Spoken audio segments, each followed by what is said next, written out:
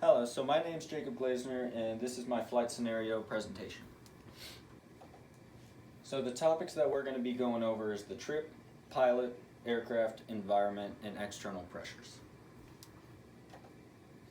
So the flight is going to be going from Siam to Rapid City. This flight will take about 2 hours, depending on the winds aloft, whether there's a headwind, tailwind, all that fun stuff. But the fuel that's going to be used on this flight is going to be about 20 gallons, give or take a gallon or two. So I would at least have 35, 40 gallons in the aircraft just to make sure that you get there. And then there's the reserve time of 30 minutes, 45 minutes for a night flight, which we are conducting right here.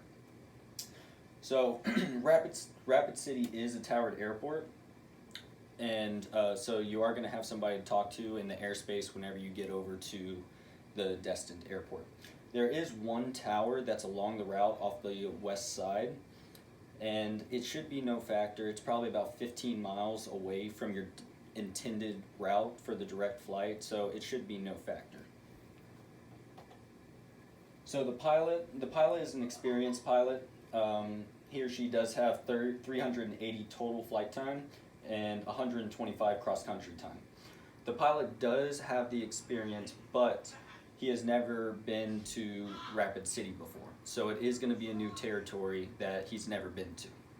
So the PIC should be cautious whenever getting into this new unfamiliar territory. Also, the PIC should have made an alternate, because if you looked on the TAF, it did show that there are supposed to be thunderstorms in the vicinity, but I'll bring that up more whenever we get into environment. So the aircraft does meet all the requirements set by the FAA. All the logbooks look good, and there should be a very good pre-flight before the flight to make sure that the aircraft is airworthy. Now the PIC should check on the oil, because in the maintenance logs it did say that there was a recent oil change. So the PIC should make sure that there's enough oil in the aircraft to make sure that it doesn't overheat along the flight, resulting in an emergency. So the weather is looking good whenever the PIC first looks at the weather on. I use aviationweather.gov.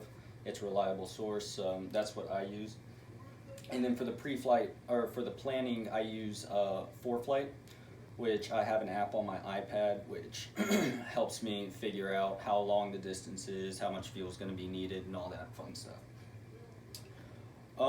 So after the pilot looks at the TAF, the PIC should see that there are going to be thunderstorms in the area, which means that it would be smart to put an alternate, because there is an airport that is 26 miles northwest of the intended airport, and then there's another airport that's 23 miles southwest from the intended airport. So if they do encounter bad weather whenever they get to Rapid City, they should have an alternate to where they can get away from that bad weather and land the aircraft safely.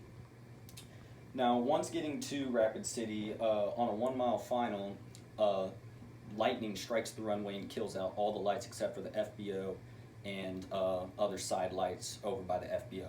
Now the pilot should immediately do a go around and start gaining altitude, because you don't want to land at an unlighted runway with no further information about it, because it is a new territory. Like, you've never been there before, so you don't know what to expect.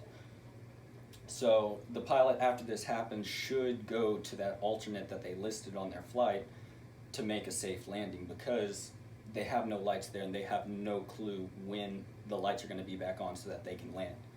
So all in all, if a lightning bolt strikes and kills the lights, I would go to the alternate and make sure that I can land the aircraft safely. Now, external pressures, the PIC is going to Rapid City because they want to go to Mount Rushmore. It's been on the bucket list for a long, long time, and it kind of gives the PIC and his friend the get there-itis. They want to go. Like, put safety concerns aside, they're trying to go just to get there for their bucket list. They already have hotels, they already have car rentals, they have everything set. They're trying to go no matter what. The PIC should not do that. If there is bad weather in the vicinity and it could endanger their lives because they're going through bad weather and in an unfamiliar territory, just cancel the flight and wait another day. you can survive one day and just show up late to go to Mount Rushmore. You're still going to go. Just wait for better weather conditions. Don't chance it. Do not chance it. So the flight is being conducted at night too. So you're going into unfamiliar territory at night with thunderstorms in the vicinity. So even though they want to get there, don't go if you feel that the flight is going to be unsafe, because there's no reason to chance it. And if they do get to the airport and the weather is bad, then go to the alternate that they listed on the flight plan.